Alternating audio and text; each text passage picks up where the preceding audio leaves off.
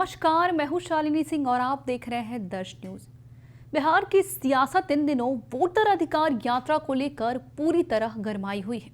आज यात्रा का छठा दिन है, जिसमें राहुल गांधी और तेजस्वी यादव मोकामा होते हुए मुंगेर पहुंचे।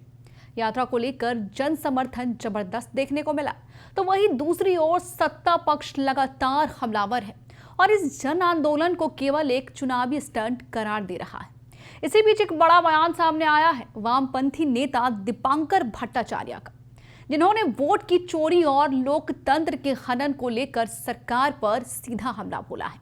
उन्होंने कहा, आज भारत में सिर्फ बेरोजगारी और महंगाई ही नहीं, बल्कि वोट का अधिकार भी छीना जा रहा है। ईवीएम की हेराफेरी, चुनाव आयोग की चुप्पी और सरकारी मशीनरी के दुरुपयोग से लेकर लोकतंत्र की जड़ें खोदी जा रही है। दीपांकर ने यात्रा को जन जन की आवाज बताया और कहा कि यह आंदोलन सिर्फ चुनावी नहीं, बल्कि लोकतांत्रिक अधिकारों की लड़ाई है। उन्होंने आगे क्या कुछ कहा, आइए सुनते हैं। फिर एफआईआर पर सुनवाई है, आप लोगों की नजरें जरूर पता नहीं सुप्रीम कोर्ट में क्या होगा, वो तो समय बता देगा।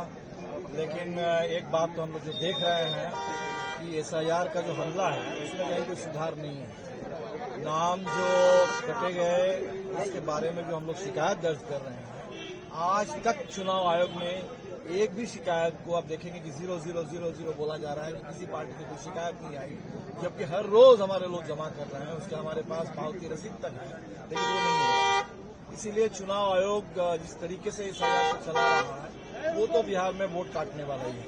वोटर लिस्ट से नाम बाहर जा रहे हैं और हमें तो आशंका है कि 65 लाख तो एन्यूमरेशन के दौर में गया और अभी जब डॉक्यूमेंट वाला दौर आएगा तो और 1 करोड़ से ज्यादा लोगों का नाम चला जाएगा।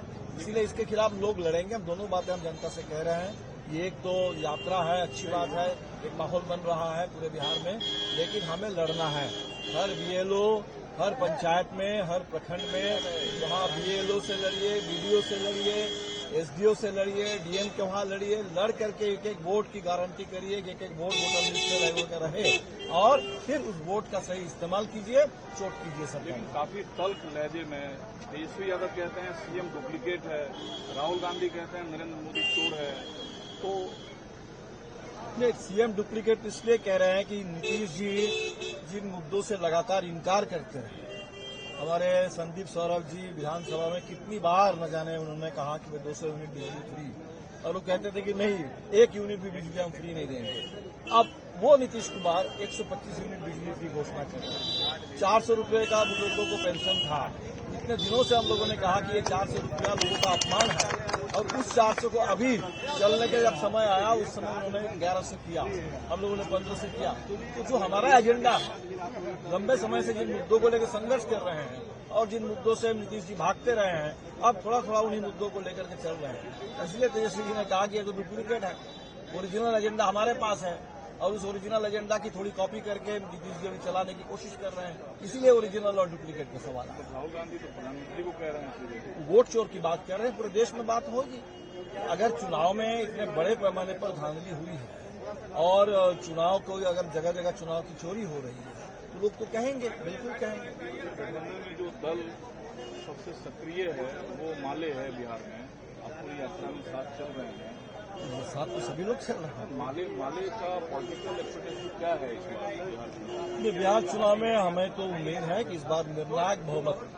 पिछले चुनाव में कुछ सीटों से, कुछ वोटों से हम लोग पीछे रहे। उस बहुमत में आपकी भूमिका क्या होगी? मतलब हमारी भूमिका होगी उस बहुमत को दिलाने में, वो बहुमत बहुत निर्णायक हो। और इसीलिए हम लोगों ने इस बार कहा कि पिछली बार हम लोग सिर्फ 12 जिलों से लड़े थे, इस बार ज्यादा जिलों से हम लड़ना चाहते हैं।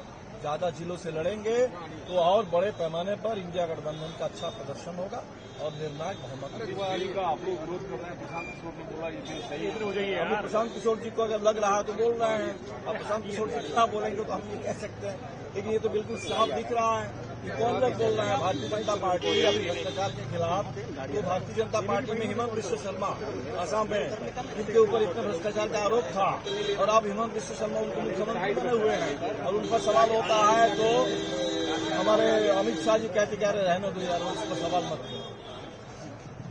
दीपांकर बोले कि अब जनता को जागना होगा, वरना वोट नहीं बचेगा, सिर्फ तमाशा रहेगा।